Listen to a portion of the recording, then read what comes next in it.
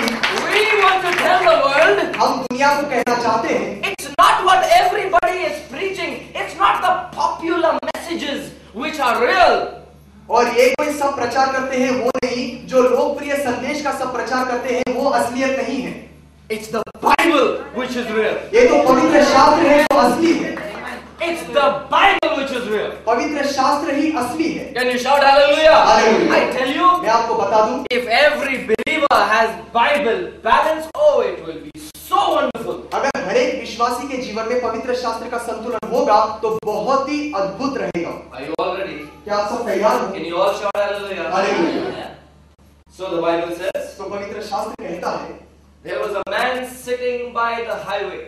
और एक मनुष्य बैठा हुआ था उस राजमार्ग पर। Now you can also note down that the same story is also written in Luke 18:35 to 43. You can note it down. आप सब इसे लिख सकते हो, यही कहानी बताई गई है लूका 18:35 से 45 में। आप सब इसे लिख सकते The Bible says, हो। पवित्र शास्त्र कहता है, there was this blind man.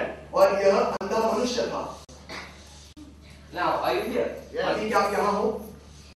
The Bible says, पवित्र शास्त्र कहता है, this blind man heard. Now, all the points which I'm going to tell you, it's taken from both these passages, from Mark as well as from Luke. अभी देखिए जो भी मैं आपसे कहूंगा वो दोनों ही परिच्छेद से लिया गया है, मरकुस से भी और लूका से भी। Because I know you're so attentive with the Bible. मुझे मालूम है कि पवित्र शास्त्र के विषय में आप अधिक सावधानी बरतते If हैं। you hear me say something which is not in Mark, you want to say, brother, it's not written here. अगर आप मुझे कुछ ऐसा कहते हुए सुनते हो जो मरकुस में नहीं है, तब आप कहना चाहोगे भाई साहब ये यहाँ लिखा नहीं है। It's written in Luke. ये लिखा गया है लूका में, What's not in Luke is in Mark. और जो लूका में नहीं है वो मरकुस में है। So then if you want to do that, have both the Bibles open and then read. तो अगर आप ऐसा करना चाहते हो तो दोनों पवित्र शास्त्र एक साथ खोल कर रखिए और फिर पढ़िए। Are you listening? क्या आप सुन रहे हो? So the Bible says, तो पवित्र शास्त्र कहता है, this guy called Bartimaeus, और ये जो शख्स है जिसका नाम है Bartimaeus, whom we so lovingly call Barti, और जिसको हम सब प्रेम से कहते हैं बाटी, is sitting by the highway,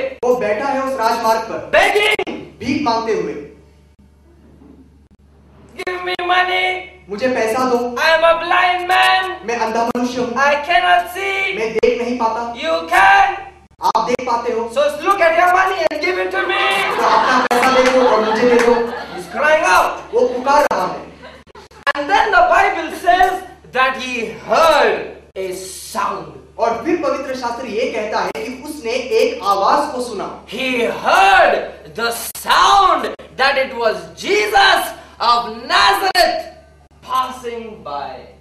उसने आवाज सुना जिसमें कहा गया कि यीशु नासरी वहां से गुजर रहे हैं। Now, अभी haven't you heard? क्या आपने सुना नहीं? Sometimes if you're sitting by your window कभी कभार आप जब अपने खिड़की के नजदीक बैठते हो and somebody has died और कोई मर गया है and there's a procession taking the body and passing by the road. और एक अंत यात्रा निकलती है जो उस शव को लेकर रास्ते से गुजरती है, There is a sound of death. Do you know that? तो वहां पर जो मृत्यु का आवाज है वो सुनाई देता है। आपको Anybody know what I'm talking about? किसी को मालूम है मैं किस विषय में बोल रहा हूँ? The way those people are chanting, the way the mumbling of the people, the big amount of people passing by, that sound tells you somebody has died. और जिस प्रकार से वे सब लोग एक साथ मिलकर कुछ न कुछ वहां पर बोलते हैं, बड़बड़ाते हैं, जैसे धीमी गति में वो सब मिलकर चलते हैं, ये जो आवाज है एक साथ आपको बता देता है कि किसी की मृत्यु हो गई है। You know the sound. आपको वो आवाज मालूम है? That is the sound of sorrow and death. वो है दुख और मृत्यु का आवाज। Can you shout hallelujah? Hallelujah. And then और फिर there's a joyful sound. एक आनंदमय आवाज भी है। There is a time, एक समय है if supposing somebody is going for a cricket match कि मान लीजिए कि कोई क्रिकेट सामना के लिए जा रहा or हो a football match, या फिर फुटबॉल सामना के and लिए, there's a whole troop of them going with their flags and their banners and their music and their drums and they are excited. They are going to cheer their team. That's the sound of joy.